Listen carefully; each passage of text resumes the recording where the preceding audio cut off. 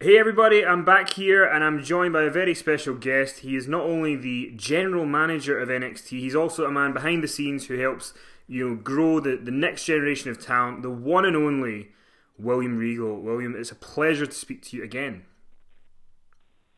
Oh, thank you. Thank you very much. So it's been a while since we've spoke, but everything seems to be going well.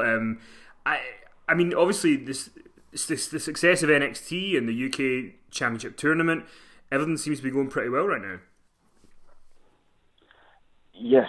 The thing is, you can't really sort of, well, I don't anyway, I don't go, great, we're doing a great job, because we've just got to keep doing it. And, it's a matter of never-ending amount of finding what works and what doesn't, and sorting things out. So, and, when you're how old are you, if you don't mind me asking, Kenny? 32. 32. When old people used to tell you the lives just flash before them and time goes quickly. Well, I'm 49 now, and it really does. So the last 5 years have gone that quick for me. So I sort of don't, I'm going to, one day there'll be a time when I can look and go, oh, good, that was great. But at the moment, it's just, I know it's doing good, but we've got to make it better. And that's that kind of thing. What's next and all that kind of thing, yeah. What's next? And let's refine this, and let's make that better, and let's help this talent, and and different things like that. So it's non-stop amount of work, really. Something that intrigues me a lot about NXT, because obviously NXT the last couple of years has just become this phenomenon that does international tours and specials on the network and all that sort of stuff. But when you guys first started doing the takeover specials in 2014, one of the things about NXT was that there was guys and girls on there that you didn't get to see on the main roster, like Bayley or Kevin Owens, Sami Zayn. And now the landscape in the last couple of years has changed, because now there's not just one main roster brand, there's two. A lot of the people from NXT have now gone up to the main roster. Did that change the game plan for you guys at any point in sort of dealing with all of that? Well, that's the whole point of NXT, is to get people ready for the main roster. So we knew it was going to change, and we knew if it worked, it would change a lot, which it did. We get every year we get a lot of talent get taken away from NXT. So and you just got to, okay, that's exactly what we're here for. Let's move on, and let's create this, and let's create this scenario, and let's find the talent to fit in the bill going forward. It's just, you can't, that was the goal. The whole goal of NXT is to get people to the main roster. So it has become its own thing, and we have to change on a daily basis to make it work, So it really is just a matter of living the moment. Let's try and do the best we can with what we've got to deal with, because we had such a lot of people taken away from us last year. And then also, a lot of people don't probably know a lot of this, but it becomes its own successful thing. But then the people who make it successful, with the exception of a core few, they get moved on to bigger things. So the production crew get moved on to bigger things. And so then you're starting from scratch with new production people and new everything. I literally knew everything. And it's a constant amount of finding what works, what doesn't. Unfortunately, we had a lot of injuries last year that stopped people doing certain things, and you've only got an hour show to do it on, and it's a matter of constantly finding things that fit in that. But the game plan has always been to get people to the main roster. Mm-hmm. And obviously, recently in NXT, you guys brought back Drew McIntyre, and he had been in WWE before, and he'd sort of left and reinvented himself, and now he's back. How important is that NXT is also a place for sort of another chance for people who maybe were there before and it didn't quite work out for them the way they wanted it to? I think that's the greatest thing that we have, with the exception of the developmental part of NXT, is the fact that there are people that you can only do so much for so long, and Drew, came into the WWE very young, and he did quite a lot of stuff, but then he had to sort of, reinvent himself.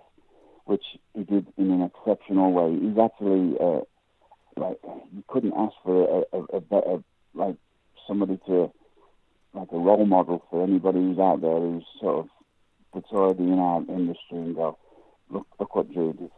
Drew went away and completely changed the game for himself and for a lot of other people, because he brought every company that he went to, he made their company better by being there. So it's obvious that, it's obvious to me, because Drew always wanted to come back to the WWE, and it's like perfect timing now for him to come back. So I've always kept in touch with Drew, and I've known him. It's a long time now, right? So it's like I've always kept in touch with him. Is it the right time now? It may seem like a long time to Drew, but, maybe in another 6 months. You keep him busy. Just timing is everything sometimes in our job. And he's come back in right at the right time with all that, the credibility that he built up for himself in the last 3 years. And a different person altogether, just a far more business-minded and far more ready to go and adapt to any situation and be a huge star. So that's a great thing, because now we get to showcase Drew being the huge star, and then no doubt quickly he'll be taken away from us.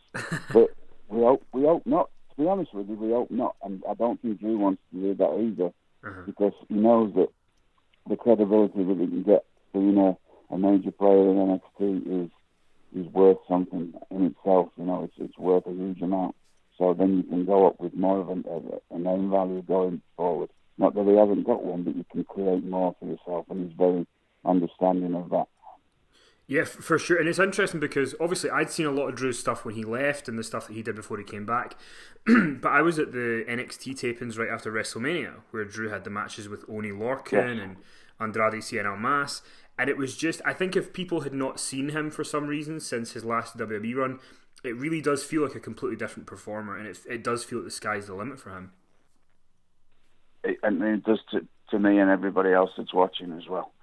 I mean, it is an unfortunate thing sometimes. When you come into a company too young, people always sometimes look at you as that age. They never seem to see that you've grown up at all. And it's a weird thing, because I've known that when I was younger, working in different companies. You have to go away a bit and then come back and you get looked at in a different way. Mm-hmm. And a lot of that is just yourself. You grow up and you mature a bit. I mean, I quit working on World of Sport when I was 18. People thought I was insane, but I got my break on World of Sport. But I watched it the first time I was on. I thought, I'm nowhere near ready for this. And it was a big thing for me to go, I'm sorry, I'm quitting. And like everybody thought I was absolutely mental. You can't do that. Mm-hmm. But I knew I needed to go back and get better before I came back again. And that's exactly what Drew's done. And so when I went back, then people started looking at me in a different way. And that's what Drew's done. And so if you haven't seen him, if he's new to you, this is a star. As soon as he walks out, you see him, he's a star. For the people who were there that night, there's people in the company that hadn't seen him for years. They go, my God, what's happened to Drew? He's like a completely different person. He's a star. And I heard that word non-stop all night from people. Wow, he's a star. Wow, he's like a main event guy now. Wow, he's a star. So it works, right? He not only did he take the time away and reinvent himself, but he became something more than he was before, and got rid of all those. In one night that you were there, he got rid of all those past things that doesn't matter whether it's real or not. People's perceptions of him years ago, they're gone now. Mm-hmm. They're gone, and now it's start again and have a great run. And that's another thing, you can only stay in one company for so long, right? So he's done the real smart thing. He had a hell of a run for a long time in the WWE, and then he's had 3 years of making a name for himself other places and still kept earning. And now he's coming back, so he's got another great run ahead of him without burning out kind of thing, So he's done an excellent job of it. And the UK Championship tournament is going to be on the network Friday night tonight at 8 p.m. When this goes out. it seems like there's been so much that's happened for the WWE UK. You know, the events in January, huge success. Now the events in Norwich, and then on Saturday night at Chicago at Takeover, you've got Tyler Bate defending the title against Pete Dunne. Is it cool for you to kind of see how far this has come in just the kind of 5 or 6 months that it's been on sort of television or the network? Yes, it is. It's, you know, it was. I started sort of laying all the groundwork for this last July. I went to England and I spent 2 weeks there just going on. And I knew, I watch everything. That's my job, right? I know everybody I watch. You don't really get a feel for everything until you see people live. There's a big difference between seeing people live and seeing them on film. So when you go and you go, well, these group of fellas, they're hopefully it'll work, because I know they can all do everything. They can do what they need to do. They all look the part. Another thing as well, that they're picking the right people, to me, was a big part of that. A few people we couldn't get, but you pick the people that actually look the part. That's a lesson for a lot of wrestlers out there. You've got to look the part, because if you don't, and you think you're going to get away with it, you're not. Not in this company anyway. So all these fellas all turned up looking like, like the business, right? They all had suits and they all look like they can handle themselves and they can all go in the ring. And then you get the right people, and it's like, this is going to work. Did I think it was going to work as well as it did? I didn't really have a mindset of that. I was just knew that it would work, but I didn't know how much it would work. And it was such a success. And how things have just gone out of control, really, with it. It's just a matter of getting everything together now, because we could throw a load of stuff out there, but we don't want to, because we want to make it really special, right? So it's taken 5 months. It's gone by really quickly, but we've got everything sort of lined up now and ready to go. So it's magic to watch it, actually. The biggest thing is to watch the fellas just like thrive in that environment, because we've thrown them in the deep end. Mm-hmm. I don't care. You can listen to the myths of what people. Until you come to this company, you have no possible idea of what is expected to be, on the TV quality and stuff. And nobody, and I don't care who it is, and it's like we threw them in the deep end, and they all shone. Everybody did a good job, an exceptional job in a lot of cases. And we keep doing this stuff to, like it's a big deal to come and go, right, you're on this one. And if you start actually, like I always just do what I've got to do, but you have to listen to, well, there's this amount of people got a network, there's this amount of social media followers going to see you today. It's like, it's enough to crumble anybody, right? But they're all doing well, so that's magic to see as well, that they're all, good quality pros is what they are at the end of the day. So I'm happy that it's all going together. Yeah, for sure. It's and I think everybody's looking forward to Tyler Bate and Pete Dunne on Saturday night as well. I just want to quickly ask you a bit more of a bit of a light-hearted question. Something that's kind of gone viral on Twitter this week is Randy Orton kind of putting gifs up of diving and stuff, and talking about some indie matches having loads of super kicks and things like that, and it's kind of taken on a life of its own online. And I just kind of wondered, as someone who brings talent into WWE and NXT, how do you guys feel about that? Is there a kind of mindset that guys need to do less and make things mean more? I'm not getting involved in all the other stuff, because I grew up watching British wrestling. There was, on any card, you would see several different styles of British wrestling. Mm-hmm. So I'm totally open to any form of wrestling, as long as there's effort involved. Yeah, for sure. Okay, I don't look at it like, I love it all, as long as there's effort. Then certain things I would like certain ways. Like, it's no different than going to the circus. If I go to the circus, I want to see things that I haven't seen before. I want to see incredible feats of strength. I want to see high-flying things that I've never seen, and spectacular things. But also, at the end of the night, I'd like to see some poor fella get eaten by a lion. I want to see a bit of everything. So to me, there's room for everything in wrestling. What we try to do, there's a big thing when you come to NXT. There's the myth of the WWE. What we do to people. We try to make you understand that first of all, you're going to have to be wrestling a lot more than you've ever wrestled before, constantly, not just for a month at a time. Because you can hear guys like, well, I'm working so many shots this month. Yeah, but you're not doing that 12 months a year. So you've got to sort of be more careful of what you do so you don't end up injured, or you can actually, make a living for yourself and make a living for the company. So there's certain things you have to try and slow down a bit. It also, in the kind of style that we do, if you're on TV and you're doing too much, there isn't time for the announcers to tell people what you're doing. There isn't time for replays. If you're a smart wrestler on TV, you do something and then you slow down a bit because then they can show a replay. If you keep going, they can't. Or you're just missing loads of other stuff. Well, when you get a replay, then the announcers can talk about it again. The people can see you do something really good again.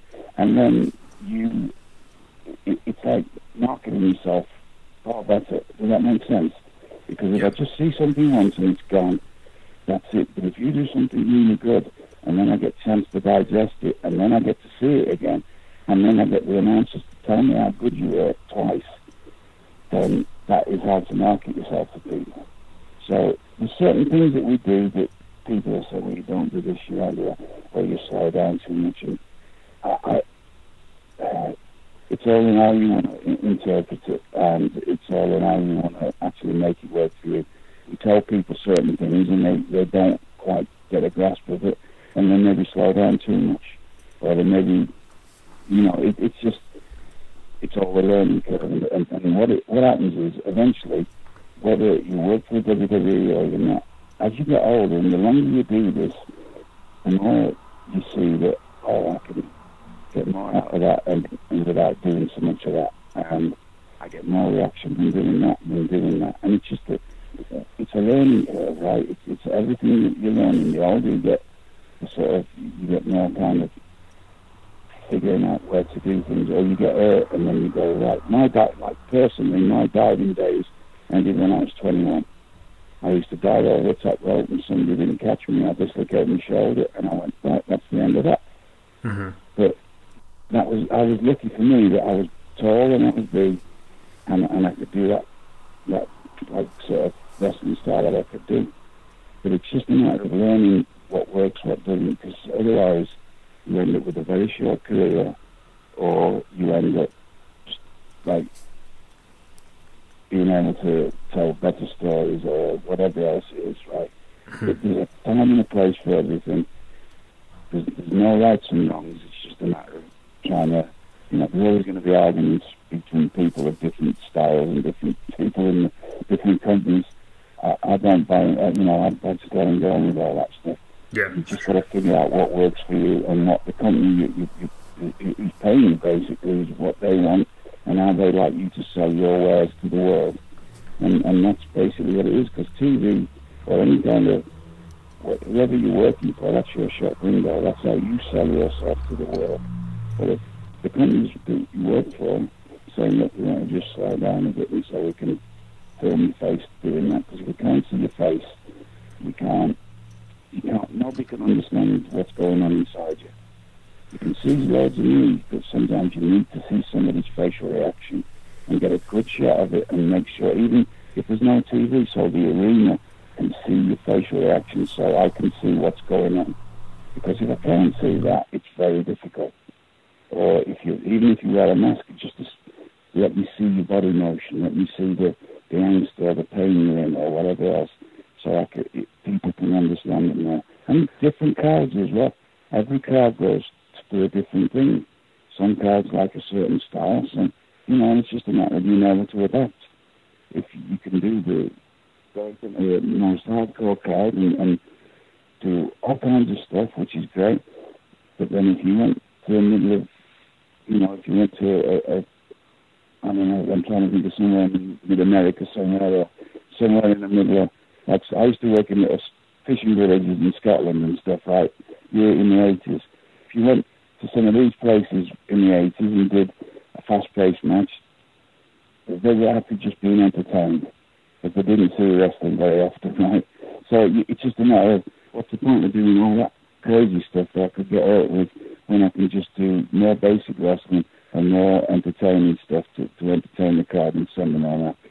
So you just got to, after a while, you just figure out what works and what doesn't, or you make the most of what you've got. I can't do a lot of stuff, so I just made work what could work for me, because that's all I could do. Believe me, if I could have done some of the stuff that I see some of the fellas doing now when I was younger, I'd have done it, but I couldn't, because I didn't have the skill to do it.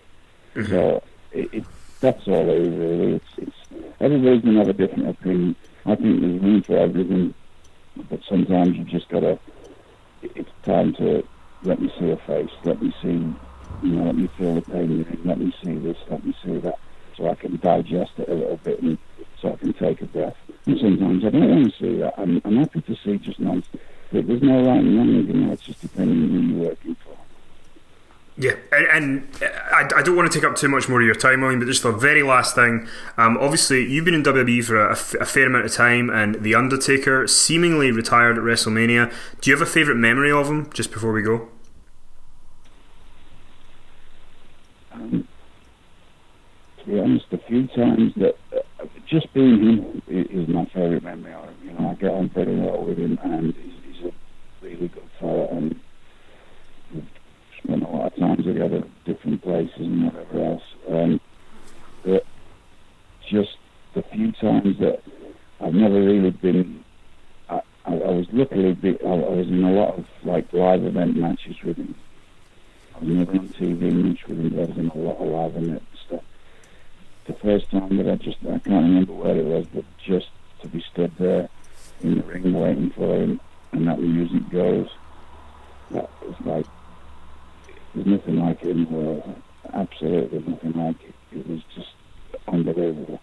And the whole building, I can pretty much, without bragging, and you could say I've pretty much seen and done most things in wrestling over the last 30 odd years, and there's never a feeling like that when you walk out, and just the atmosphere, the arena change, it's really something special. William, thank you so much for joining us. Obviously, people can check out the WWE UK tournament show tonight on the WWE Network at 8 PM, and then Takeover tomorrow night on the network as well. So I assume you've got a busy weekend, so I hope that it's good fun for you. Thank you very much indeed. Thanks.